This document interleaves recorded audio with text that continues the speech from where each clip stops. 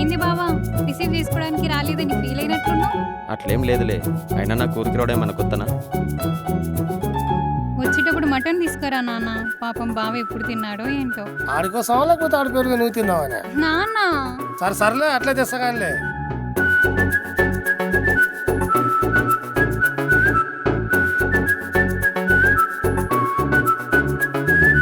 పెళ్లి చేసుకుందాం బావా.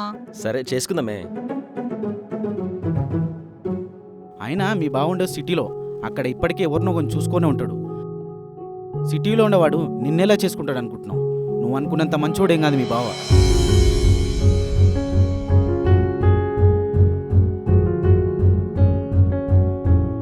సారీ బావా.